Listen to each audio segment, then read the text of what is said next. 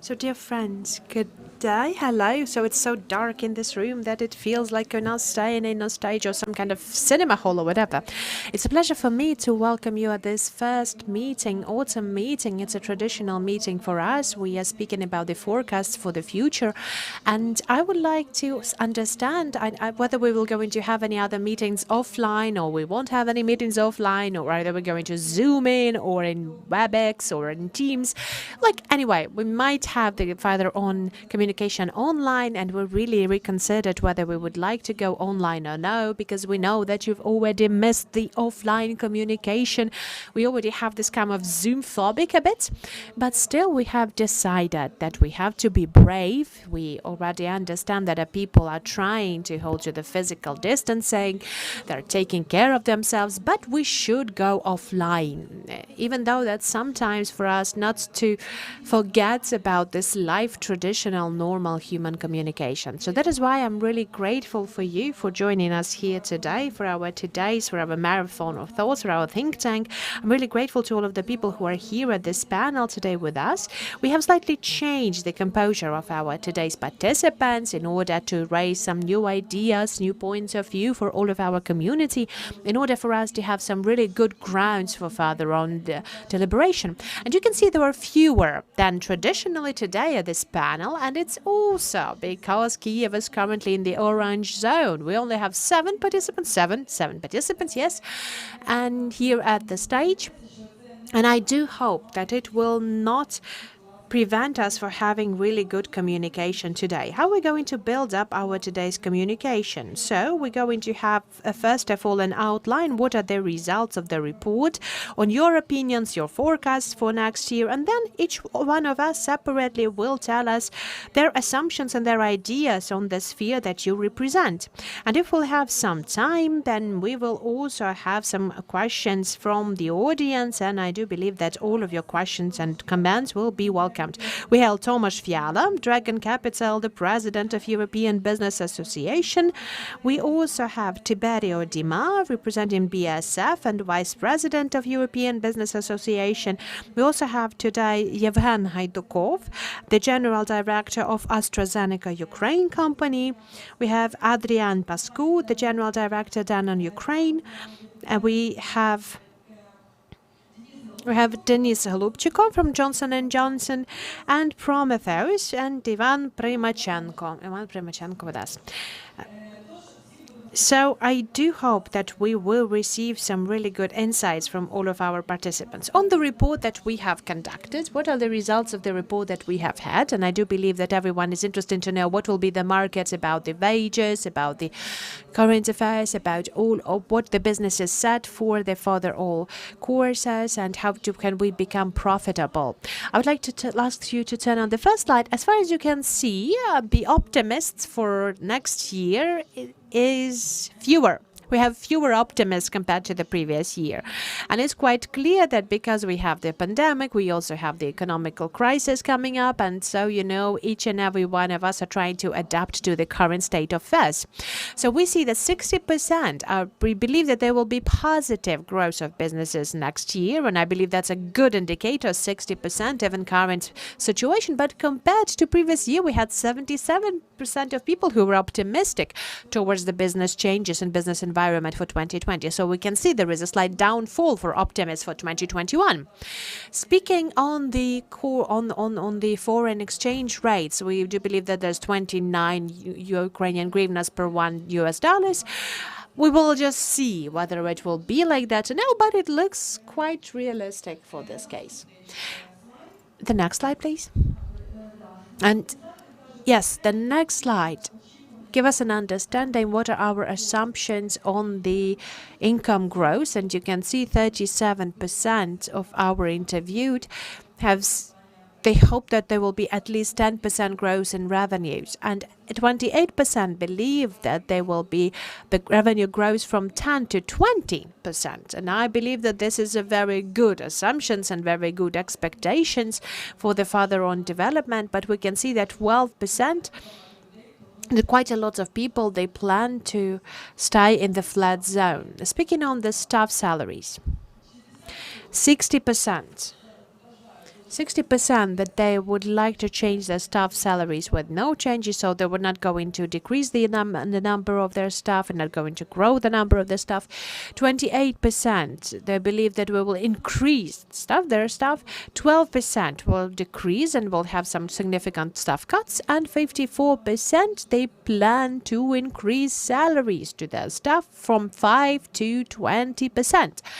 Well, this is a very interesting number because traditionally you do not expect that there's going to be some significant salaries growth during the crisis. But it's a very important moment that most of the people, they're planning to have their salaries increased.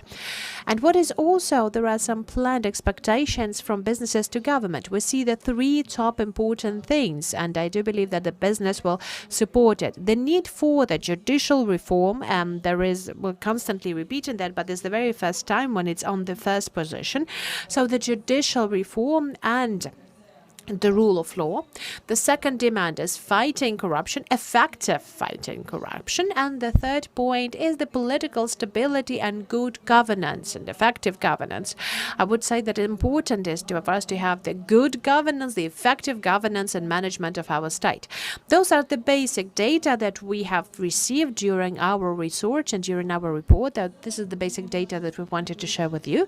And right now I would like to offer our speakers join our conversation, and we will start with Tomasz Fiala. Traditionally, what is the situation with your sectors, in the sectors that you're working? And macroeconomics, what is your assumption for the macroeconomies? Thank you very much, Anna. Hello, I will start with the world international economy, and then I will turn to what we expect to see in Ukraine in the current years and the year to come. And we also will discuss some of the problematic points, some of the problem points and pain points and what our company plans to do. Speaking on the international economy, then if we compare our expectations for 3 or 4 months ago, if we'll say like April, May 2020, those expectations are much better. Those are much better not only for us, but for most of the banks and most of the international financial organizations. In the recent months, they have already improved their forecasts, and even on the decrease of the GDP this year and for the further on growth in next year. For example, a couple of days ago, the OECD that has decreased the downfall of the economy from 6% to 4.5%, which is also a good sign for us. And the Goldman Sachs, they also expect the international economy to downfall to minus 3.7%. And the overall growth on the consensus of bank will be on the level of 5%, and Goldman Sachs is going to be the most optimistic. They expect that the international economy, the world economy, global economy will grow by 7%, which means that what it tells us? It tells us the understanding that the economy will grow up to the level of the pre-crisis, up till the level of the 2019, much faster. We have expected that will be the last quarter of 2021 or even 2022. But right now, the assumption is, there are some consensus of the expectations that the international and global economy will reach the level before the pandemic and before the crisis in the quarter 3-4 of 2021. The economy of the U.S. might even reach the level of 2019 in the second quarter of 2021. This downfall and the decrease in this year has been also reviewed by Goldman Sachs by up to minus 3%, and they believe that there will be the further on growth of the U.S. economy by 6%. Speaking about Ukrainian economy, then, last Friday, the main economist, Yelena Bilan, has changed our forecast for this year and for the next year, and she improved the forecast So we have changed our assumptions for the GDP downfall to minus 5.5%. Why we have reviewed that? Because in Ukraine, as well as all over the world, what we see is currently happening is the so-called V-shaped recovery. So basically, the economy is being recovered following the V shape in Latin alphabet. But in Ukraine, that happens because of the two reasons. First of all, there is the external overall environment that is very positive currently for Ukraine, and the overall understanding that the central banks of the US, Japan, European Union, of China have had a significant significant mitigation of their monetary policy. Their Now the overall cash flow in the US has grown by 20%. The federal system has bought the state bonds 4 times more than during the crisis 12 years ago. So basically, that was the really high quality of mitigation that has happened in April, March, and it has been really unprecedented, and it really helped the international economy to recover in a faster pace. But there is overall expectation on the credit interest and the loan interest, both interest in the US, in Japan, in Europe, there are on the zero level. So basically on the overall basic level, that is in overall, so 0.25 in US, in European, that is in Europe, that's minus 0.5%. So we believe that the interest rate will stay for the next 4 or 5 years, which means that the money will cost nothing in the developed economies, which is going to be positive for the overall prices for the commodities that Ukraine exports, and the prices for metal and iron ore and grain, they have restored very quickly. They're currently at very high positive levels, very high and positive levels for Ukraine, which once again given us the understanding that we currently have the proficiency of our paying count. So we have more than 3% of GDP in our balances. So overall environment for Ukraine is very positive, and the internal demand has also grown. I do believe that you have seen the numbers for overall retail sales for June and August, that has grown by 8%. And in first 8 months of this year, the overall retail sales has more than plus 6%, and we do hope that they will stay at the very same level, plus 6%, plus 8%. They will remain till the end of the year, which means that the salaries are slowly growing after the small slowdown and decrease in the first quarter. And it also means that the overall customers' demand is also growing back, and the trust for the consumers' confidence also. The V-shaped, can it turn to the W? Well, the main risks, and what has already been announced by the heads of the main central banks, the main risks is COVID. So the second wave, the so-called second wave that is currently happening in Europe, and it will come to Ukraine also. Whether this second COVID wave will grow to the significant hospitalization of people, to the significant growth of casualties, that will make politicians stop economy slightly and to introduce the other lockdowns that has been done by Israel, for example, last week, when they have introduced the lockdown for the next 3 weeks, when those non-essential staff, they can work, they cannot leave their house for more than like 500 meters and no more. So at this very moment, it seems that the politicians are not ready for this measure in the world, because it's not really possible. And basically, the average level of the people who have had COVID, they're significantly lower, and it seems that by the end of the year we will also have a vaccine. This we will discuss it, because I will ask all of our participants to comment upon that. Yes, and we know that they're the leaders for the overall direction, so we do hope they will be successful about that. And so compared to what has been in April, May, that we have to see the positive impact. If you know about our business, you know that we invest in real estate for quite a long time, and at this time the results of our investment is significantly better than what we've had before. So we have changed our budgets a couple of times a year already. We had one budget at the very beginning of the year. The second budget was in March. Yes, better and better. Oh yeah, we had an improved budget in June, and right now we are following the trajectory that is much better than the budget that we've approved by the end of June. And by the way, the trade centers are also they also are getting back very fastly, even though they had the losses of almost 80% in the end of March up till the 11th of May. So right now in July and August, what we have seen, we see that there is the admittance is much level by 20% that it has been before the crisis.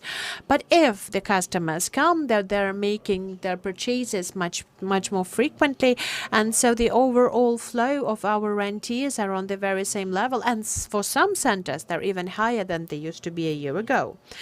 Also, there is a significant difference. Someone sells more, someone sells less, depending on the goods. Like, for example, any kind of electronics is being sold very good. The apparel doesn't sell very good. Like, for example, I haven't been wearing my suit for a couple of months. So that is why we had this meeting. So everyone has to dress up. Everyone has to dress up and show on their suit. So then you could go and buy another one. Yeah, yes. Another thing that what really worries us slightly is our own mistakes, our own miscalculations. That's sometimes happening in Ukraine. So really what worries us is the overall policy of our government and the administration of the president. So what are we worried about is the overall policies in the recent years. There has been a lot of changes that has happened, and a lot of this stuff changes that has happened was when the person that was good has been replaced by a person who is bad, who is much worse, by the way. Yes, we're not going to mention which ministries that happened with, or like, for example, where it got worse.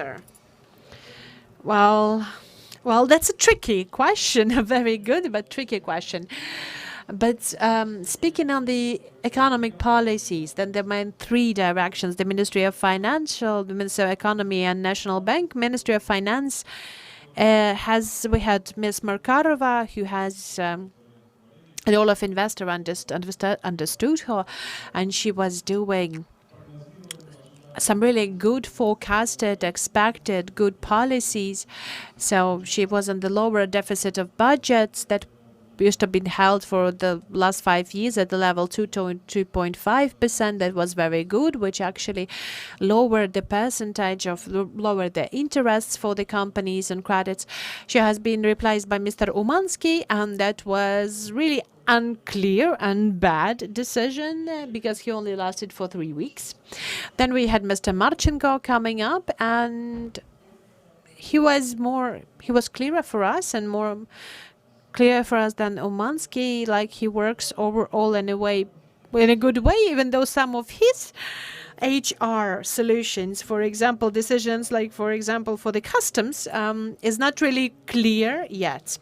And the Ministry of Economy, Mr. Petrashko, well, like, we know him for quite a long period of time. He's a good person, probably, but you know, he has been working in the Ukrlands farming company that has left more than $2 billion of unpaid bills that run bankrupt. And, you know, having this person with this kind of track record for the Ministry of Economy, that is a decision that caused more questions than, and, you know, all of his causes, like, for example, that should we get inflation by 11%? This is unprecedented measure. It never worked all over the world.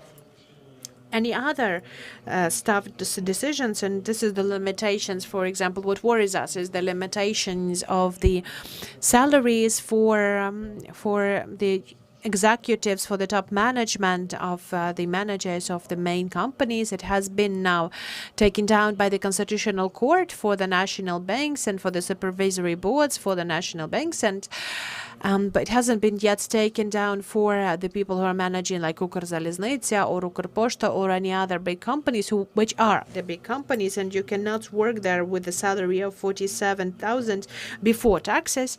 It's unreal, and so a lot of people there leave their jobs, and it's a very negative impact for the state when professionals do not run this kind of enterprises and they are motivated for corruption risks. Another HR policies problems is the collaboration with the IBF. Right now, the collaboration with the IBF is on hold. I'm not going to get into details about it. Another issue is the budget deficit. We have 2.5%. At this level, we have 40 million hryvnias at the very beginning of the year. But if we would like to finance all of the expenses that has been included to Ukrainian budget, then we need to raise the deficit of this 300 billion hryvnias. So we need to raise it by the end of the year. Well, we significantly need a lot of money, well, around like $8 billion in either hryvnia or in dollars, and we cannot borrow that when you don't have the program with IBF, so there's no one who will borrow us this money. So I do believe that we'll have to do something with this deficit, and to plan this kind of the deficit of 6% of GDP is not really clever, because we do not have any sources that you could finance those expenses on. And I believe that I would once again repeat it. We've had the rule of law. Unfortunately, the situation with courts is really bad. We didn't manage to reform it under Poroshenko's rule and under Zelensky yet. Yes, thank you very much. Thank you very much, Tomasz. I do believe that we will get back to some of those comments and questions slightly later on, but let us give a word to each and every one of us, and I believe that we will have even a much more interesting discussion overall. I would like to invite Denis Holubchikov to also join our conversation. We met last week, and it was really interesting for us to know about your ideas and your vision of how the situation will develop for your businesses and in the world. And thank you very much for joining us spontaneously, because I would just like tell you that, we have some changes in the list of guests on our panel. The thing was that one person ran ill, but this is something that traditionally happens and it is expected in our time. But the other person has gone, like the representative of Kernel, he had gone into a business trip. So thank you very much, Denis, for joining us that fastly and for coming up to us, for giving us the whole picture of the knowledge and understanding what is going on in the country. So Denis, the floor is yours. Thank you very much. I'm really happy that I didn't grow ill or didn't go to a business trip, and I had this opportunity to talk to you, and I think that I will continue of what Tomasz has started. And if we speak about the economical indicators, domestic economical indicators, it looks like they just look fine. It might be surprising, but it looks fine. We might see that we have some careful assumptions to say that we have this really, really careful and cautious optimism right now. Traditionally in Ukraine, unfortunately, the real picture of the macroeconomic indicators, it only becomes objective after the election. This is a tradition in Ukraine that has been traditionally available in Ukraine. So let us get to those issues after the elections. What are the macro and microeconomical indicators? What is going on with the economy overall? Because this V-shaped of recovery that you have mentioned, it might tend to W, really. Even though I believe that locally for Ukraine, and once again, it's important for it to be not to be the N-shaped recovery. No, but like my own picture that it will be basically, that was like Nike. That will be basically like, remember there is the logo of Nike? Like Nike, so it will look like that. Because like economy is the really different combinations of different markets, and I will discuss it later on. Because we're working on two big markets, and we see that how the pharma and MCG market, they have been working in a very different way right now in the summer and now when we're getting off the crisis. So economy is the combinations of different markets and different sectors. And I believe that they behave differently. So in average, we will have this, Nike-like recovery from the crisis, not the V-shaped or U-shaped. What's important, unlike the Western Europe, I do believe that Ukraine didn't have this first wave of COVID. We have now postponed this process from spring till now because of the harsh lockdown that we've had. We postponed the issue. Something that Central and the Western Europe has survived throughout March and April, we are now only reaching to this point. And I believe that in September, October, November, we will have the really harsh story with a huge amount of cases, COVID cases.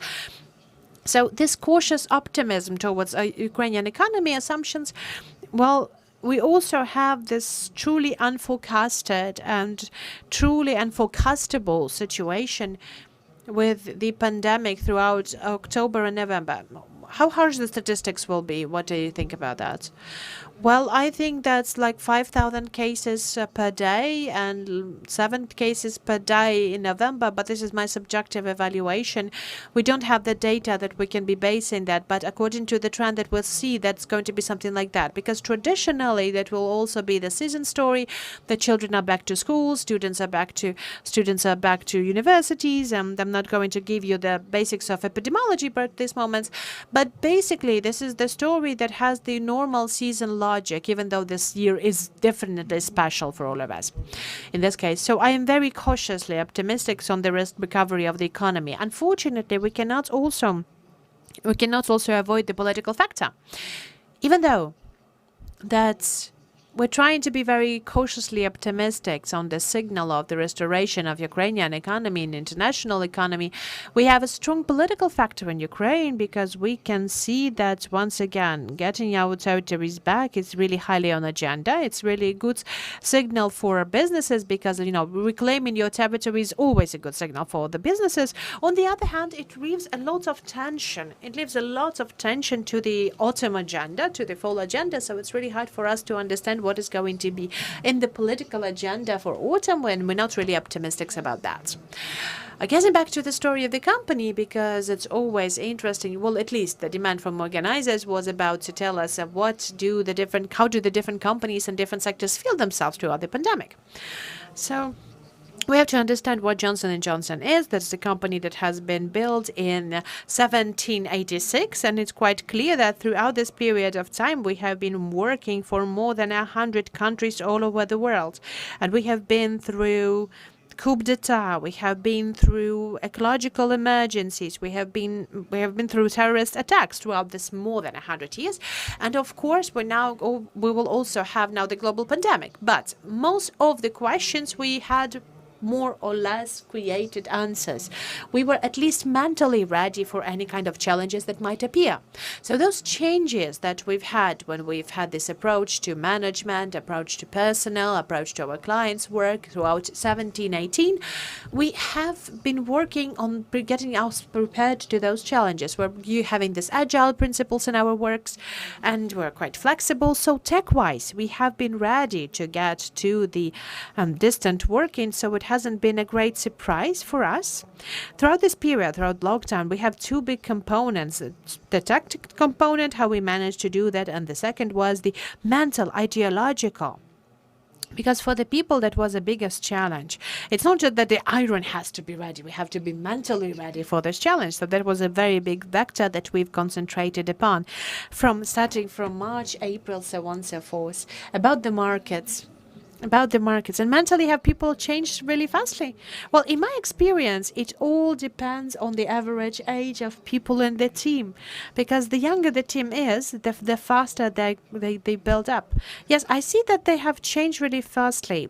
If maybe then some of the managers, but this is mostly of rhetorical questions about that. On the markets, we're working in the FSMG markets and in pharma market. If, for example, the pharmaceutical markets, they have very different behavior. They had this panics at the very beginning. It's not clear why people decided to buy like half of the pharmacy stores, like even, coolers and frames. They've bought everything just in case, and the toilet paper, yes, and buckwheat, yes.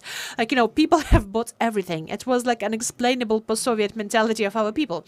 But it really played a bad trick, because in April, the market has had a significant fall down, and it now tries to get out of it, but it's still not in a very healthy situation. And FSMG market was doing it quite later on. There has this dramatic downfall at the beginning of summer, and I do believe that they will recover fastly. The FSMG market had a new category rising, like we didn't have before that. We had the washing gels, like wet wipes, but it never had this kind of like big category for the non-food FSMG categories. Right now there are really big categories. The new culture has been built up, and people for this 4 or 5 months they have now really got to this habit of using a lot of additional liquids for the house cleaning. So we do believe that this non-food FCG, so caring of your skin, caring of your body, it really feels well. It grows faster and faster. Of course, like it also will have some impact. It will also have some impact inside of the category, like beauty category has fallen down significantly. It seemed that women, when they're on the lockdown, like as like with the suit that Thomas said, yes, this additional makeup, the hair dyes, had a really significant downfall. So this is something that we really have seen, like, that there is a category. It's like we didn't have vacations, so sometimes the skincare category also has felt a little bit of downfall. But overall, the FMCG market has taken this hit slightly because pharma has never been through this dramatical change. So all of the crises that have been has surpassed the pharmaceuticals, but now the pharma has felt this crisis. So this is like just to make it really fastly as a market overview. That's it. Okay, thank you very much. What are your forecasts for the next year? So what we're going to do with your salaries for the people? Will do the increase for that? This is a straightforward question. So like whatever I say, people say, you've said that. But okay, basically the trend for the salaries is going to be depending on the inflation. So we do not put it as a task for us to increase the salaries significantly. So basically we do not see the need for that. We do not see the signals from the market to do that. If we're going to have the significant inflation with grivnas, then of course we will try to support our staff. Well, at least to follow the inflation also. Okay, but for the next year, what do you have? The optimistic forecast or no? About the development of your market, what do you believe, the FSMG? My forecast will be somewhere in between. I will have an average forecast. I do not expect that there's going to be any kind of growth, but I believe that there will be around 7-9% of growth overall. So I can say whether it's optimistic or pessimistic. I would say it's somewhere in between, somewhere average. Thank you very much. And by the way, you have said really nice, important things. That you said that the people are getting prepared to the basic income, guaranteed income. That's very interesting. And I would like to ask others also later on if we will have this time. And can you share your opinions about that? Now, it's almost like conspiracy theories, because basically this is something that is quite doubtful yet. I do not know whether we can discuss it among the big audience, but what I can say that in my feelings and how my other colleagues feel in the same market or in different corporations, the big corporate businesses, they have this understanding and assumption that the world will never be the same. And basically we're now at this breakdown, or this feudal and industrial epochs right now. We started to build up railway at this very moment. So we're getting into this significant tectonical change of the landscape, the business landscape, economical landscape for all the world. So I wouldn't have been expected that we will, the cases will fall down, the world will turn back to the business as usual as it was before. It won't. We now see the trends. I'm not only speaking about the e-commerce, I'm not only speaking about the sales through internet. There are some other fundamental trends that show us that the approach has been changed and there will be no way back. I will answer like that. Okay, thank you very much for that. Adrian. Business. How do you adjust yourself to the new normality? And do you really feel that the situation is not going to come back again? I will start with the last one. Yes, it will not come back. Unfortunately, I think, or fortunately, I think that it's better without this one in the microphone. I think we'll have, as everybody feels, a totally different reality. And it's funny because you are asking the situation in my business, and normally when I talk about the results, I'm thinking at figures, but not this year, for a very simple reason. Basically, somewhere in March, and we know everybody why, we changed totally the priorities of the company. So we forgot about figures. We were thinking of two things: people safety first, and then continuing the business. So basically producing high quality products as much as we can, because we had and I have to admit this one, we had a spike in demand in March. So if I'm thinking on this one, yes, I would say that from the 1,000 people, nobody is sick, which is Thank you very much to God. So It's because they are drinking milk, most likely. it's because they are having a healthy lifestyle, drinking a lot of Danone products, which I encourage everybody to do. But generally, because we had a very nice system, which was threefold system, taking care, first of all, about their health, but not only. You know, everybody was doing the normal measures, work from home, you know, individual equipment and so on, but we were also thinking on the mental health. You know, everybody was afraid, let's be honest. And you have, again, a double type of fear. Is the fear of your, you know, immediate health, COVID and so on, but also a fear of your future, of your future income, of your future stability of the job and so on. So we decided that whatever it happens, we don't take advantage of the situation. So we made sure that till June, everybody was sure that the job is there, that is fully paid. On top, we put it a system of motivation and bonuses for the people that, you know, they had to keep the business running, and they were the floor guys, the workers which are going in the factory, so they were having an extra incentive. And I think this worked very well. So at least what was so up to us. Salaries, on top of salaries, yes. So the ones which are having a variable part of the salaries, we said it will be 100%, and on top we put it something more. And of course we said nobody is leaving the company till June. Then I said we had threefold, because we were thinking also on our partners, you know, on the value chain, upstream, downstream. So for the downstream, what we said, and it was, honestly, it was a bit top down from the group. We said that for the cash flow, whomever is having problems, we help. So the group, I think, put it down to $100 million to say, whomever is having a problem of cash to keep the business running, we will help. And we did something in Ukraine as well. Upstream, of course, the same. So we said we'll never take advantage of the situation. It was a big opportunity, and I was struggling with myself to renegotiate some contracts.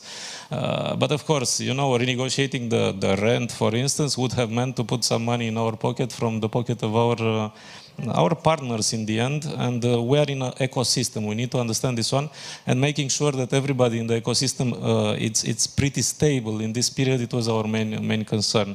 Of course, we helped a bit as much as we could the medical community. So basically, you used the whole building, and you did not reduce the bill for. Yes. So you could have played football there. It was very nice, but honestly, we had no choice because we said that at this moment we just support the community. We donated 10 tons of our products to some of the medical community, which was in the first line. We donated $500,000 in the equipment, medical equipment, I mean, to make sure that they are protected, because again, in the end, our health is depending on their health. So we had this kind of approach, which was much more from business and figures towards human part. Of course, this was costing money, so don't ask me about profitability, but overall, the good news is that we are having, first of all, a sustainable business, so we could afford, let's say. Second, we are working in a kind of, let's say, industry where, and we have to admit it, we're not so much affected like other industries. Then, of course, it was the second big priority, which was to still continue to produce as much as possible, high-quality products. And the interesting part is that it worked very well. Why? Because both of these two main priorities are somehow in the DNA of Danone since ever. You cannot imagine how many projects and how many procedures we have for the safety of the people, which is from time to time annoying for them.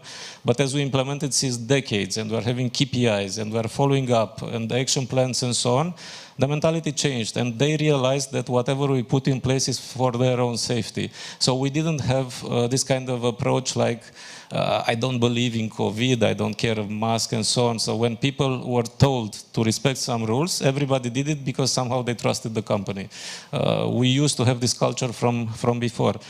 When we talk about products, of course, again, we are probably more Catholic than the Pope in terms of quality. Yes, we are implementing everything which is related to food safety. The milk from the cow is arriving in the, in the final product without touching the air outside. Everything is natural. So somehow, anyway, everything was in place. So when we said we need to make sure that we continue to produce as much healthy products, it was there. So we didn't do nothing special. We just made sure that people are operating in a different mode, especially in the two factories that we are having. For me, it's more important that part than the office, because in the office it was a bit more simple to send people at home and to manage the psychological burden, which we all felt. But in factory, we are working in shifts. Shifts are overlapping. We had to bring people from countryside to the factory in different ways. So it was a business continuity plan, pretty heavy, of course, which is financed in the end, because all the synergies that we used to have in the past, overlapping shifts and so on, disappeared immediately. So no more synergy, people first, and then, of course, continuing the production. So. And another interesting thing to mention, we thought that this shift in terms of priorities, it will be a short run. I don't know, everybody's optimistic generally. We thought it will finish in 1 month, 2 months. We come back to business, we see how we manage. It was not a sprint. It's a marathon. So COVID, it's a marathon. So basically, we are having still since 7 months the same priorities, and I'm sure we will have it till the end of the year. Then, of course, figure-wise, I cannot disclose nothing, so that's one. But we are not complaining, yes? So we are not complaining. Trends are fine, yes. We are growing in volume and value, which is good. And I think we are extremely equipped to grow also next year, although I somehow share the concerns about the future. And yeah, I fully agree that somehow the macroeconomics looks pretty okay. And I think the potential of Ukraine is so big that in the end will grow. So whatever is happening, of course, I don't want to enter in something that, anyway, Tomasz was mentioning at the beginning, is not my job. But overall, I think there is a huge potential for growth, whatever is happening. I believe that people are extremely resilient, and I saw it already. I'm pretty new in Ukraine, by the way, because I came in March and I was sent home immediately. So it was difficult to understand a bit what's going on, but still I see the resilience, I see the optimism. So I'm sure that we have potential to grow. Now it's a question of all of us, including government, to let the business run, not to change too much left to right, and for us to continue to invest. So we will see. Will you continue, by the way, to invest next year? Yeah. We are obliged, more or less, by the operational capacities, which are having a limitation, of course, and as we are growing, and the team before me did a great job, by the way, so the growth is continuous in the last, I would say, 3-4 years. So we have to invest, but we are doing it confidently that it's an investment on long term. So it's not something that, basically our strategy is not changed, Are you going to use investment nanny investment, which has been proposed by President? No. We are having. It's because of the scale of the investments, or why don't you want to use it?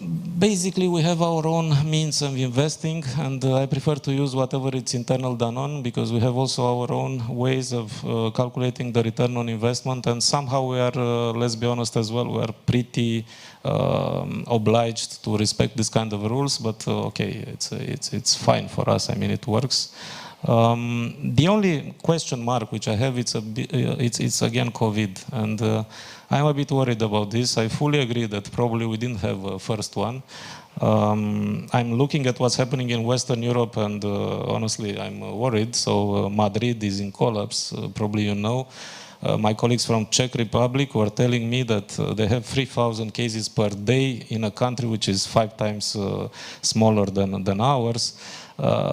In Austria, it's a drama, and they were very much, close to the policy of Sweden. So it seems that it will come. And someone was telling me, and I fully agree, mentally, people are not prepared to think exponentially. We are prepared to think more or less linear and to believe that somehow it will be a plateau and so on, but it can go so fast, so bad, that this might be something. And, if it's going very fast, very bad, again, lockdown, this is what we learned this year, means for a lot of businesses, not even a kind of a decline, it's a survival game. So looking at all the industries which are affected, and they were affected for a limited period of time. But if it's coming back, it will be pretty difficult because a lot of people are impacted, and these people are our consumers in the end. Okay, I spoke too much. But do you see, by the way, the change of habits of consumers? There is clearly a change in habit. The same, so we are managing a bit more subcategories. There is a trend towards, and it's very normal, towards cooking at home, and all the traditional products which are used for cooking at home right now, they are booming, which is fine. There is another trend towards new health. So healthy products, people are much more aware about what they are eating because they are aware that a healthy body means a better defense towards all the diseases, which doesn't mean that immediately they are jumping in store and buying all the stocks of Activia or Actimel, but we see clearly a trend here with double-digit growth and so on. Of course, there is a channel trend which is on one hand booming of e-commerce. It's clear for everyone. On the other hand, HoReCa is going down, so there is a shift from outdoor towards indoor. So there are a lot of shifts which are putting pressure on the mix and of course on the P&L of the company. The biggest problem that I would say I'm seeing is the lack of predictability. I was saying it before COVID, to be honest. So the world was spinning so fast, and we are so much interconnected around the world that something which is happening in China is affecting us here, and so on and so forth. Right now, it was switched also towards personal health. Everything can happen. So basically this year we had one of the biggest black swan possible. Who could have imagined?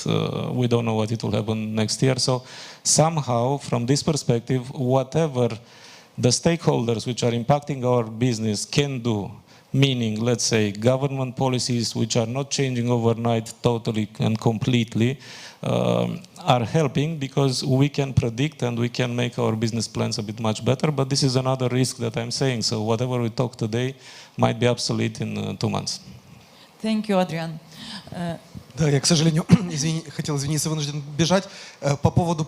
By the way, I just wanted to, I have to run unfortunately, but speaking about those habits, like what the trends that we see, that overall in the country, we see that there is overall the decrease of numbers of the admittance to the supermarkets. The people are now attending supermarkets less, but they're buying more. So this is what we have been asked to do, to visit the supermarket once a week, then, not just getting there every day. So this is the trend. The families are now buying something once a week, but there is a bigger check, so bigger receipt. So this is a clear trend. Thank you very much, Denise. Let's get to Ivan Primachenko and the Prometheus project. We also have this joint project with you on the crisis management, and we have started to go online even fuller than we before had this in our educational system. But what do you see? On one hand, that there is a difference in the taste for the people, but we also see that the people, they want to change and they want to be educated online because they have no other options to do that. What can you say about the development of your businesses? Please do that in the mic. Thank you very much. I think I'm not going to say something new if I'll say that the e-learning and distant learning has grown throughout these years when people couldn't attend schools, couldn't attend universities, when all of the businesses that are going offline, that they had to stop their work. And of course the people have went to the different online platforms, educational platforms, and the amount of people, the users on Prometheus or the other platform is really skyrocketed. So it's grown by 3 or 7 times. And this is fantastic numbers. Those are fantastic numbers. We've had the huge new wave of registration. So yes, in spring this year, we have received more users than throughout the last year overall, even though that the last year has been really successful for us and for our colleagues. So we see that the overall interest in the online learning and in the educational technologies has really skyrocketed. But in my opinion, the figures are not that important. What is important is the quality changes that we have, not the quantity. Because the biggest change is that for the people, the online learning has become the new norm. Before that, it has been considered exotic. It has been considered as extravaganza and extravagant game that is sometimes interesting. But if you would say that my person learns online in online school, or I finish in an online master's program, or if you would say that I am learning some online skills, it had some certain level of attention that was unusual. Right now, when you hear those words, then you do not care about that. You don't mention them. Some people might love online education, some people might not love it. That's quite normal. That's quite okay. But it doesn't cause us any kind of surprise right now. And I do believe that this is the biggest change for our industry, because when each service turns out from being exotic to mainstream, and then when it's not getting to become normal, that is a big step for the industry. Have you earned more money as a company throughout this time? I know. Well, our case is a very interesting case, because the Prometheus, if you don't know, this is a non-profit organization, and we have turned it to the social business transformation. And we had this plan before COVID, even though it looks like the COVID started and we started this project. But no, we have planned this monetizations and building up at the social business platform for quite a long time ago. And yes, we've made some good money this year, and I do hope we'll make some more money next year. But what I also wanted to outline in this situation, what is very interesting, throughout this change of people, we have changed the goals of the industry. For example, like, the private lessons. This is basically the huge part of the industry. So private teachers, they have got, and private lessons they have got online. If your children are being trained with private teachers, then you know that they've got to Zoom, to Skype, to other tools. But it wasn't a big problem for them. And I have talked to many different colleagues about that, and my forecast is that lots of my colleagues, even when the pandemic will end, they will not go back offline, because online is more flexible, is more convenient, and you can receive the access to the best teachers. And you can fill in more slots in your schedule if you are a trainer, if you are a teacher. This is a slightly exotic example, but I do hope it will give you a better understanding that even the most conservative market, they can get transformed fundamentally. Do you know that, according to all of the forecasts, next year, most of Ukrainian teachers, 450,000 people overall, most of them will go through the capacity building practices online. And they're too old. Throughout all of this 450,000 people, more than a half of them will go through this capacity building courses online. Why there are other, additional non-state-owned providers to provide those capacity building courses, and Prometheus has been the leader in this sphere. So this is an example, not because of the scale of the market. The market is really small here, but it's about the example how the most conservative audience can rebuild for the new standards. They can now use the new technologies in education. And in my opinion, in my point of view, what we currently see, that we can see in this educational technologies, we are way too optimistic towards those technologies. Like people say that the artificial intelligence will teach us in a couple of years. That's not true. Or we either too pessimistic, like nothing will change in 10 or 20 years. In my opinion, the educational technologies, the ed tech overall is the e-commerce 20 years ago. It looks like small. It is small, especially in Ukraine at this very moment. But in 20 years, it will fundamentally change the industry, in our case, the industry of education. And we have already seen that, because we have seen that the Western universities, the top universities in the United States of America, they went online. And in the end, they will provide the same diplomas to their students as if they were offline. And they take the very same money. Yes. And a lot of students are dissatisfied with that, dissatisfied with the price. Yes, dissatisfied with the price, and they dissatisfied that basically a lot of those participants, they're still staying in the universities. Like, they have nowhere to go. No, you always have where to go. You can stop your learning. You can take a gap year, and you will continue in studying in a year. And a lot of people have used that, but a lot of students stay. And when the pandemic will stop, then there is a question will rise. If the top universities could conduct their educational courses online, and they still provide the traditional diploma for that, Why can't they do the same the next year, but for example, decrease in the prices because their cost will be reduced? So I believe that this is the question that will transform the industry significantly. And we do hope that Prometheus will also have its hand on that and this share of market on that, because you have already mentioned that we have a couple of partnership projects with the European Business Association also on the anti-crisis management. We have additional partnership with Lviv Business School by Adrian Slavodsky course and many other partnerships. But what people like? What do people like? What are the top courses for the people? What has changed? What people buy the most? Okay, what has changed? That's an interesting question because, nothing ever changes about the people's taste. The only thing that changes is the absolute figures, how much people learn, how much people buy, how frequently they finish the courses. But the main directions are quite clear. There's IT, the IT technology overall, business, and everything that is connected with the business education. English, that's the three main clusters that all of the platforms of online education are being built on. That's works for Western, that's work for Ukraine, that's work for whole the world, and doesn't change because of COVID. But you do not look for more people in order to provide more services. So basically, you still have the sustainable stuff. Yes, we have increased our stuff. But it's not the situation of like Nova Poshta that if if it grows, then it grows 1.5 times. So, and it requires a lot of people.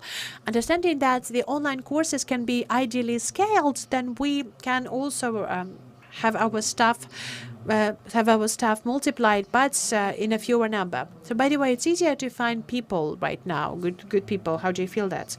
Like, is it easier to find people right now or no? I believe that even before or now, it was really hard to get good people. You can find any person anytime, but the thing is that we have a very specific businesses and a lot of people who are dealing with the online design of the online courses. We have to teach them from the beginning, and this we're teaching them inside of the company. But this is our story. Tiberio. With my questions. Thank you, first of all, really for joining in. And what is your insights? Actually, how is your business now? What have you done differently in order to adjust to the new normality? And what's your forecast? Okay, thank you, Anna. Before I start, let me, as a EBA board member, thank the EBA team for organizing the event. It's great to be here face to face. And I think we should also thank our partners, Kernel, Danone, Ader Haber, Fondi, and Grave Ukraine. Thank you, Tiberio. Wow. Okay. Very interesting discussion, a lot of insights from the other colleagues, very interesting to hear and learn. Not so much to add from my side on top of what was said already. Our business in Ukraine is doing relatively well. We all know agriculture this year is suffering. And since our business in Ukraine is largely represented by agricultural business, we are also feeling a little bit a negative impact there. But other than that, all the other industrial sectors which we serve with raw materials or specific chemical materials and solutions are overall running well. I mean, we might have in automotive industry, if, for example, sales for producing cables for automotive may go a little bit down because automotive is one of the hardest hit sector across the globe. We compensated that with extra sales in personal care or in food industry.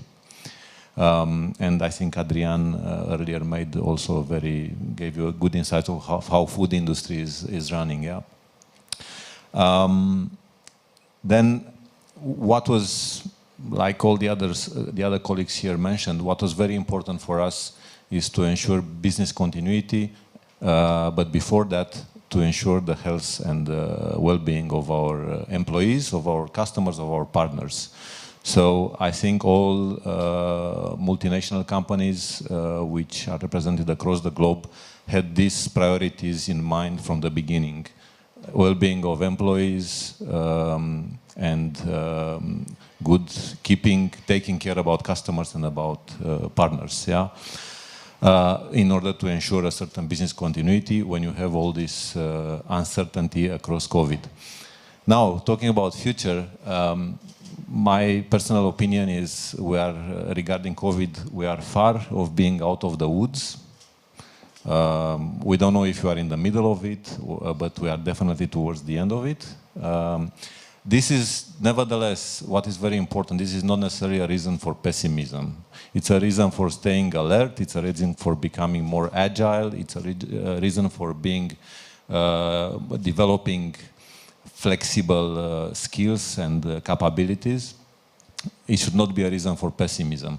It's something completely new, which the modern world haven't dealt with. I mean, we dealt with it 100-something years ago with the Spanish flu, way back in history to have any memories and any particular learnings. And how can it end until we have a vaccine which reach even the most remote corner on the planet? It cannot just disappear like this. I think we are all, and I'm saying it with all the responsibility, all of us were a little bit naive in the beginning to believe that this will be done by July or August, like I think all of us was hoping, yeah. What is also very important in my opinion, and I mean it starts with all of us here as leaders or as people, is to keep a balanced approach when we talk about this development. I think we have enough polarizing leaders in the world today as heads of states, which are having maybe they don't know exactly what they have on their agenda. And there is, when you look more into the Western world, you see a lot of polarization and a lot of conflict. This is concerning, and we just hope, and we should also be maybe doing something, each one of us in our way, to avoid the world becoming splitting into conservatives and liberals. That can only make the things getting worse. When it comes now, coming back to business and how we take care about our employees, customers and partners to ensure business continuity, I think overall the mega trends do not change too much. I mean, we are still talking about urbanization, we are talking about energy efficiency, carbon footprint reduction, digitalization, which is having a huge development in these days with COVID. So the mega trends are still there, but certain things are restructuring. Let me give you an example. You have, for example, our employees. We were having a restaurant nearby the office which was serving our employees with food at lunch. I don't know what this restaurant is doing now, but fortunately we agreed to buy packed food, but it's only for 30% of the employees which are coming to the office. So everybody needs a little bit to reinvent themselves, and it's not always easy. I don't know how airlines can reinvent today, honestly. Yeah, nobody's flying. I mean, 20% of the people are flying in the best case. I haven't took a flight since March. I'm looking forward to one, but I'm not sure I will enjoy it in the current circumstances. Yeah. So a lot of challenges, a lot of new things to deal with. What we can do about it is to develop our, in my opinion, to develop our flexibility and our agility muscles. A colleague earlier mentioned about agility. There is I think for each one of us, this should be a key focus to build agility within the teams that we are leading, within our organizations, and some of elements where we can, some of the capabilities which will support building such agility is hyper-awareness, so being very aware, very connected to what is going on around, informed decision-making, and fast execution. This would definitely help us navigate through whatever is to come in the future. The future remains uncertain, but don't be pessimistic about it. Which is already a certainty. Yeah, which is already a certainty. But don't be pessimistic about it. There are still opportunities around, and I think with the power of collaboration, with the spirit, with the human spirit, I think we will go through. I remember when we talked at the beginning of the pandemic, when it started, I remember we were talking about changes in HR policies, and you said that one of the issues which is still being discussed is whether we need to pay for lunches when people are working from home. Because it used to be, in the past that when you are officer and you are in the office, the corporate culture is that you pay for lunch. Yeah, but when you work from home, who will pay for lunch? Yeah, I mean, it's a detail, but it's a topic that might pop up. We are currently working globally on a concept, on a guidance, or on a global guidance for new ways of work. I mean, what we have learned in this period is certain people are very happy working from home. We also learned we had almost zero productivity losses. Now, all our employees in Ukraine are white collar, so we don't have any production facility or something, so it can be done, obviously. But then what we see now, we see more and more people would like to come to the office to socialize because they are missing the social interaction. So I think we will find a balance between all these elements, but there is obviously a huge potential, a huge opportunity for us to reduce the rush hour, not to have everybody running at the office between 8 and 9. I personally believe people which will have a more flexible work schedule will be more creative and more passionate. And what I noticed, I was recently talking with our HR manager, we don't have, in these 6 months since we started to work remotely, we don't have any more internal conflicts and friction. It's very interesting, yeah? Everybody's at home, And she was even giving me an example of two colleagues which met after a few months in the office, and they were very glad to have a coffee together, despite having some, tension between them before, yeah? So, yeah. Chill out. They made this chill out during lockdown, so that's fine. Yeah. Exactly, more tensions in home. But again, let me redirect the question. Do you pay for lunches to people who are working from home? Currently not. Mm-hmm. But in the future you may. We will consider that. We'll see how and under which form. I mean, at the end of the day, let's be honest, if people are working from home, if a certain amount of people will work from home on a permanent basis or remotely, it will automatically generate some savings for the organization. Yeah, I mean, we will need to reduce probably the office space and maybe some other elements. And we will have also to find a way to compensate for their utilities, for the electricity, internet, and so on. Yeah, it's not big costs, but not in Ukraine, but in other countries. It's very big. The world has listened to you, because at the beginning of the year, you told us, EBA, you need to put into your KPIs, switch education of members on digitalization, so that actually everybody gets more digital. And now when pandemic hits us, we just immediately made this shift, and without any instruction from our side. So basically, it's natural shift towards this digitalization. So I can say that EBA has already implemented this KPI when it comes to education of people regarding digitalization. Yeah, I mean, it had its own limitations, let's be honest, yeah. Technology is improving. I recently saw Mark Zuckerberg with an interview where they are working on this Oculus company to create some virtual reality which will make you basically feel things, which is nice on one hand. On the other hand, it's a little bit scary. So I think I hope we will find a balance in all this. And again, just to close it, there is no reason for big optimism, but there is absolutely no reason for being pessimistic and believe that everything is ending now. Yeah. But how do you find this, neutrality in yourself in order to be neutral, not pessimistic, not too optimistic, and not be afraid? What do you do to yourself?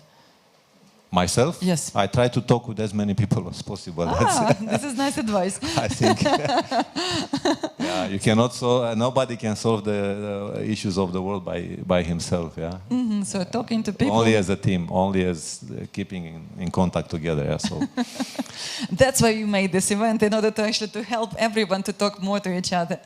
Thank you, Tiberio. Thank you. Now, теперь к Евгению. Вот что же у нас будет Now to Yevgen, what was going to happen with the medicine? Will you save the world? Will you save the world, and how your company feels like? Okay, I'll start with businesses. So basically, Dennis, I do believe, has already mentioned the main trends that we've had in pharmaceutical businesses. I will try to take a look on the most of, the recipe-based medicines company. The main key challenge for us that we have faced throughout this year is the full lack of patients. Starting from April, May, in the hospitals, so they're like empty hospitals. After there was like panic-like demand for the hospitals, it's in March, we did had empty hospitals in the April, May. So we have the undeveloped, the telemedicine and other distant ways of communications between the patients and doctors, and it caused the overall downfall of the markets. If we had this forecast that we expected the 14% of growth in national currency, then now we believe that the market will grow by 5-6% in hryvnias, but it will once again depend on the currency rate also. If we speak about the forecast for the next year, we believe, again, that the market will show the growth of 11-12%, 10-11% in the optimistic scenario. On our company, we would like to grow, and we'll keep on growing faster than the market grows. We have the new launches, even nevertheless, we're making new products, we're registering new formulas, and we haven't stopped this year also. We have had a lot of efforts invested, and lots of things has been done in order to get prepared for the next year. But I would like to once again repeat myself that basically we will be also basing on the medical reform and the healthcare reform. The healthcare reform that has been paused this year. Understanding there is the different priorities and like the COVID pandemic priority. But I have to outline that yes, there are some important initiatives. The outline of the important initiatives that has been already posed as the legislation, as laws that need to be updated and amended. For example, we wanted to have these agreements on the controlled access. In our country, we do not have the access to the innovative treatment of patients. Those are the international practices. Those are the win-win solutions between the payers, which is the state, and the companies. When they're making this kind of the short-term agreements, or when they're making these agreements based on some financial indicators or the results of the treatment, so we have some certain guarantees for the procurement of the medications, and the patients, they have the guarantees that there will be good results of treatment. The second moment and the second challenge is the development of the system of evaluating the medical technologies. It is very important for us to step aside from the principle that we do not include this drug into certain lists because we do not have the money and it's expensive. We need to include the efficient products, efficient drugs, efficient medicines that has shown their results in the international practice and international protocols. And we do hope we will support this system. The system is actively developed in Ukraine currently. Speaking on this, our stance that we have no money, I will give you an example. For this year, for this accessible medicines program, and I believe that most of the people are aware of this program, we have allocated more than 2 billion hryvnias. We only have spent 604 million spent based on the second part of the year. We will not spend 1.5 billion hryvnias for the lack of the year. We will have some more money left. But the program is very limited. It only has the basic products in that. So I believe that we have all the reasons to broaden this program for more products and more expensive products.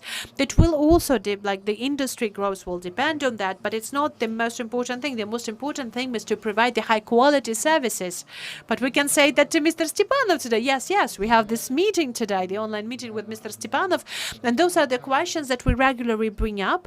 And also, broadening the list of the national list of medicines available. It's very limited. There's no transparent ways how to get into this list.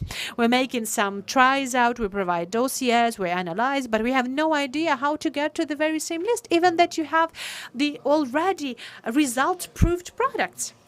But I believe when we will have the final resolutions for these issues, then it will work fine. On vaccine for the COVID-19, I would like to say that we have a very limited amount of information at this point of time. Our vaccine for the AstraZeneca, our vaccine that has been developed in partnership with Oxford universities, has been through first and second phase of clinical research and clinical experiments. Right now we are in the third phase. We will need around 50,000 patients, well, like basically healthy people, in order to prove the effectiveness and the safety of the vaccine.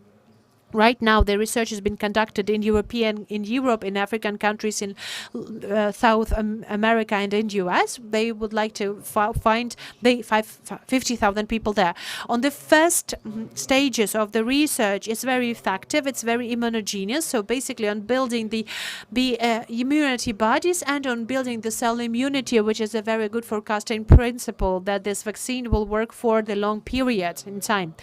So the third basis of the clinical research is the most important, and we would like to see that in the first quarter of 2020, the first readouts, they will give us the clear understanding of all of it. Right now, we believe that this vaccine is very prospective with those results that it shows. In the same time, with the clinical research, the company is currently searching for partnership to produce this vaccine, to build up the supply chain, because this is going to be the main challenge. Because if the vaccine will show up to be effective in the shortest amount of time, to produce the biggest scales, and to deliver it all over the world, and to reach that certain level of immunization of all of the population all over the world. So we have a lot of partnerships set aside already. We have built up the technologies to many countries already, and the companies that we have signed our agreements for collaboration, they're already waiting. They're waiting after the third clinical research. They're ready to provide the mass production and to mass support.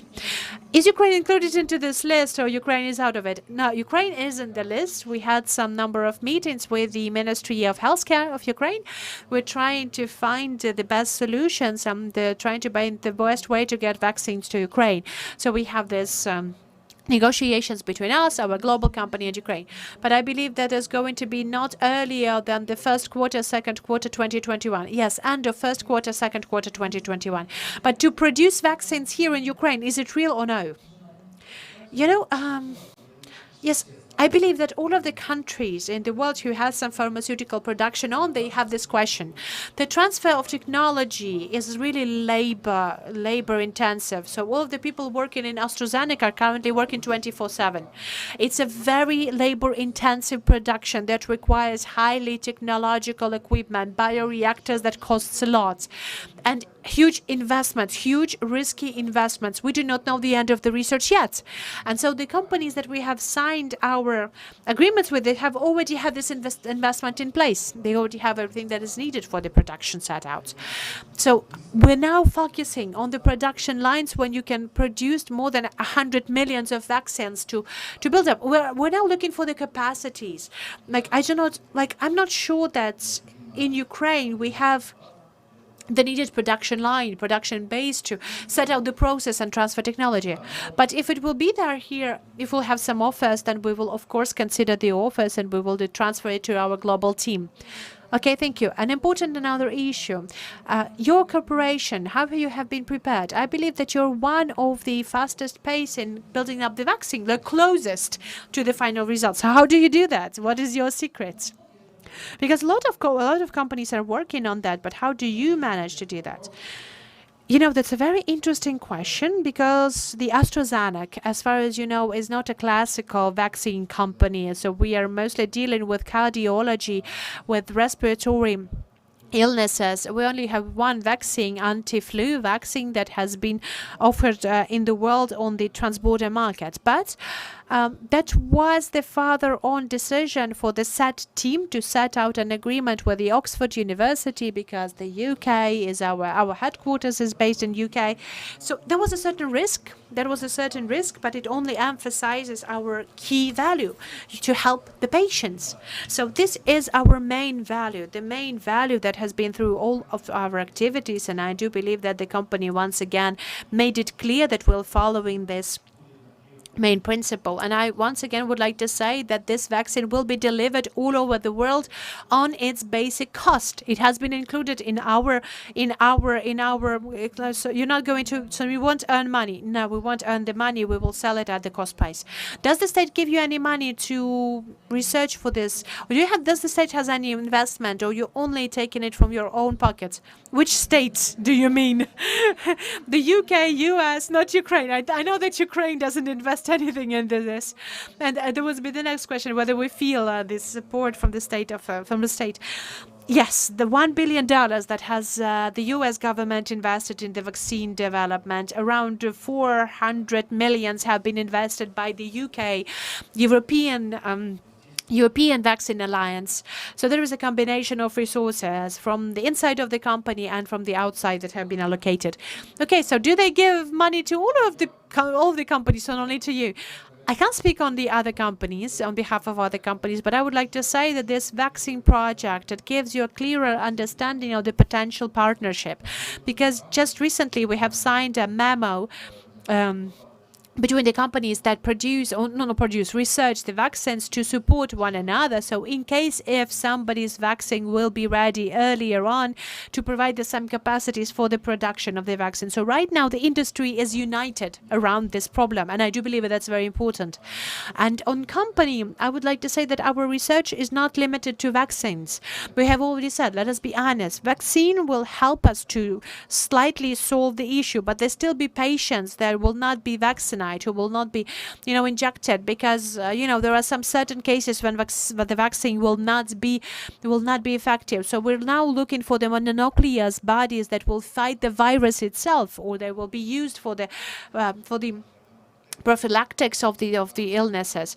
And we also have this oncological drug, but this has already shown its effectiveness in curing the so-called the overall storm, which is one of the hardening of the COVID, and that has a lot of casualties among the patients. So there is a huge field of overall research, and the vaccine is not only one single pointer there. But okay, you're closest to that. So do you believe that the COVID has been created artificially or no? That's a good question, but I believe no. Like, my personal opinion is that no. And why do you think that? Why do you think? Can you give your arguments about that? I believe that we have a lot of examples and a lot of cases when the virus then mutates. The virus, bacteria then mutate. And I believe that this is the outcome of mutation. This is my personal opinion, and I don't know, maybe that has been a product that has been created in a lab. Because, the coronaviruses, they didn't appear yesterday. This is a very known family of viruses with different types.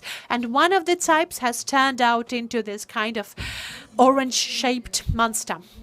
Thank you very much. Thank you very much, colleagues. Thank you very much for this interesting insights. I have a question to all of you. If you will not answer, then we'll get to the audience. But the question is, have you been supported by the state of Ukraine? What kind of support you have received from the state of Ukraine?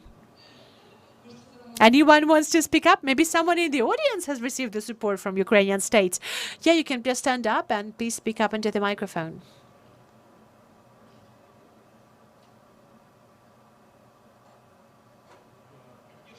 So support from the state, well, at least from the pharmaceutical industry, that I would like to say, but we've managed to achieve.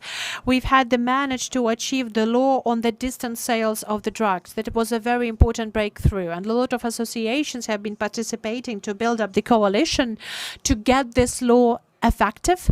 And because of this law, now we can provide the distance sale of the medicines, and it's legal, and it's very important. So we can do the off-site sales of the products, and you can even pay the products that the drugs that are given on recipe when you will have the certain recipe online. So as soon as we will resolve this problem, you will be able to also have the both OTC and non-OTC drugs directly to your home. Okay, this is a positive thing. It's a positive thing. Who also had some support from Ukrainian state? Oh, I see lots of hands. Okay, good. I will reshape reformulate the issue. What kind of support you would like to have from the Ukrainian state? So, dear panelists, do you have any ideas? Well, I believe that's, those points that I've already mentioned. This is a collaboration with IBF, judicial reform. That would be the best. The low deficit of budgets, rule of law, the good HR policies. This is something that will be applicable to all of us. I'm not sure that any one of us needs some specific support for our specific businesses. I do believe that maybe there would be the overall request for the government to create the good macro conditions for running business freely and transparent, not providing, preferences to any kind of oligarchy groups or groups connected to the politics. Okay, thank you. But dear colleagues, maybe questions or comments, please.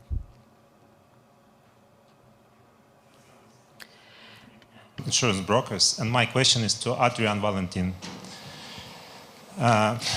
We are very grateful to Chairman Anna for assembling such a representative panel, but I think you are most positioned to comment on some other industry or part of it that you are exposed to, meaning distribution channels. So I have no slightest idea if Danone has direct distribution, but how would you comment on how the distribution channels are doing nowadays? Thank you. Also, of course, it's not easy. I mean, it's not easy for everyone. We don't necessarily have a direct distribution, so just to cut it short, we are operating with the top customers through DC, so through their own warehouse. Afterwards, we are going through distributors.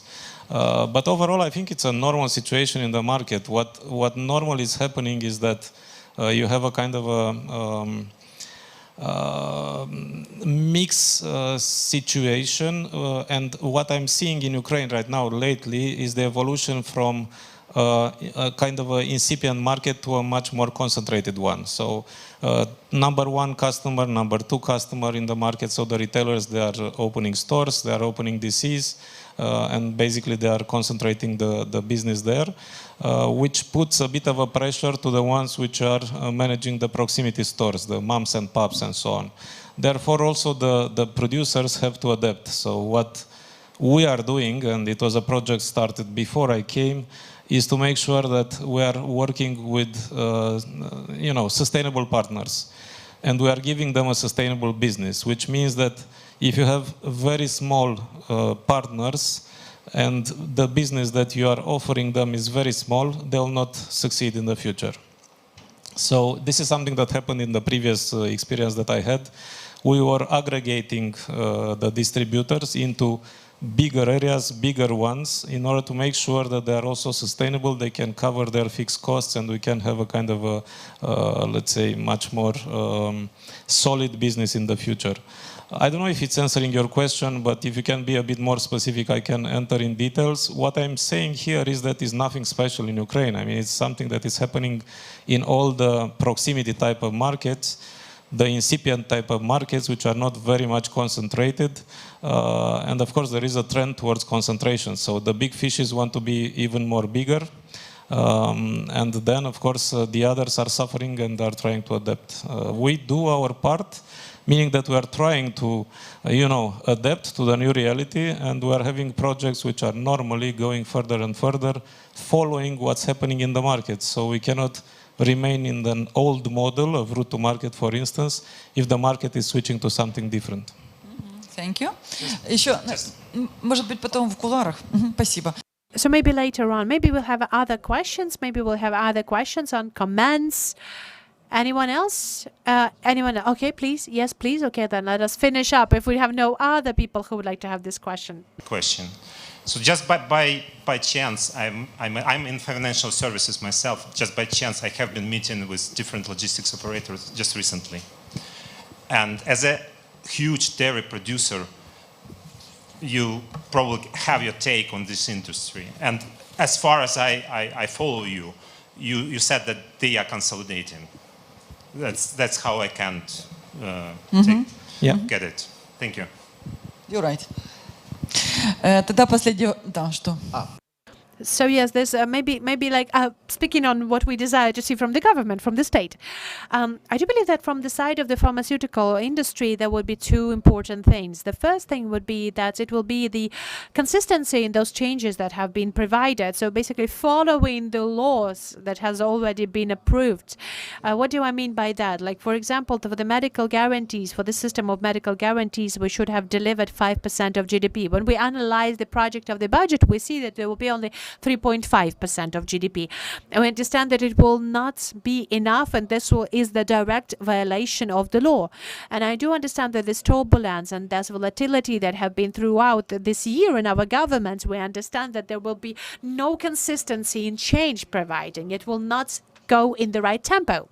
And the second moment, I believe, to provide us access to innovation, because how it works when we have this really acute problem, for example, like COVID, vaccine is an innovation, and everyone is really following the development of the innovation. But when we speak of orphan patients, or we're forgetting about innovations, about something that can significantly change the quality of the treatment and change their life, after absolutely turning the really threatening diseases to chronic. But Ukraine see that they've also wanted to offer this prize, a million hryvnias, $1 million. What they have offered an award. Zelensky offered an award to develop a super vaccine to fight COVID. So innovation is all about us. Innovation is our second name. Okay, the final question to Tomasz. Do you feel that there will be the new wave of investors? Are they coming here? Is there someone new on the markets? Well, because of the COVID, right now, the investors, they're not really entering the markets. Like, yes, there are some investors who are taking a closer look to the market because some assets, they have decreased in price. So basically, some equities has decreased in price. We have seen the very same interest last year, because the prices they have grown since 2016, and at least starting from 2016, we have seen even almost exponential growth for the equities. There were lots of people who wanted to invest. The sellers of many different objects and companies, they have increased the prices. We even had. We didn't even manage to close a couple of deals because of the really gluttony of actually some of the sellers. So basically, we believe that now these assets, they cost much less, and we see that some of the investors, they're selectively taking a look at the market, but there is not as many people who desire to invest into Ukraine than we had a year ago. But that's mostly because of the global situation overall. But what we have also already seen throughout the investors, there is no clear understanding of the state policies. So they have been very positive towards what was happening from August last year to February, March. But since the moment when the government has changed, then something went wrong. Yeah, but there is some misunderstanding and like no clear understanding of what the president is doing and his teams are doing. Like, you can remember that we have had a meeting in February, around in the middle of February, we had this meeting with the presidents, with an EBA. We've praised the financial policies of the presidents and recommended him what to do next, but it turned out the opposite way. So we have had some offers to the president, but it turned out completely opposite. But there's nothing critical that has happened yet, except for the changes in the national bank. That has happened. Like, there's no clear understanding, no clear visions why that had to be done. But at this very moment, the new team that has now joined, like the 4 of the 6 board members have been replaced. But at this very moment, the new team that has done nothing that would be significantly different than the previous team's policies, in monetary policy at least. The only thing that is happening that we have to follow and track, this is the hryvnias rate. And Kyrylo Shevchenko and his team, they have declared that there will be the flexible floating rate. Yes, like no draping, but floating rate. Okay, but based on those trends that the National Bank has had in the couple of recent months, all of the players, all of the stakeholders, all of the banks, all of the exporters that would like to know whether to get their export profits or no, now it's quite clearer that the National Bank, it will let us say, help support those aims that the president has voiced out and that the budget has been mentioning. And in the budget, you see the average rate was higher than 29, and last year they're also presupposing it to be 29.1. So we see that when we had some tension in August to make hryvnia stronger, then compared to the previous bank, national bank, that have bought out dollars, but they have never changed the direction of their rates, they haven't given the opportunity to get stronger, then the new team doesn't give the opportunity for the rate to get stronger. They have given the signal to the market that they're not going to make hryvnia stronger. The market players have understood that clearly, which caused devaluation. We now see that the rate is now 28.2, 28.25, which got the National Bank to sell more than $70 million on the level of 28.15 in order to stop the devaluation slowly. Okay, thank you very much. So, dear friends, our hour and a half has flown away. Thank you very much for this good discussion. I would like to thank to all of our panelists for their insights, for this interesting information. Thank you very much for your attention, for this readiness to communicate. I would like to wish all of you best of health. This is the most important thing, as Tiberio and Adriana has said today. This is #1 priority for our businesses. So let's stay safe and sound, and the businesses will help us to adapt. And on this positive moment, I would like to wish you all the best and see you soon, online and offline. Thank you.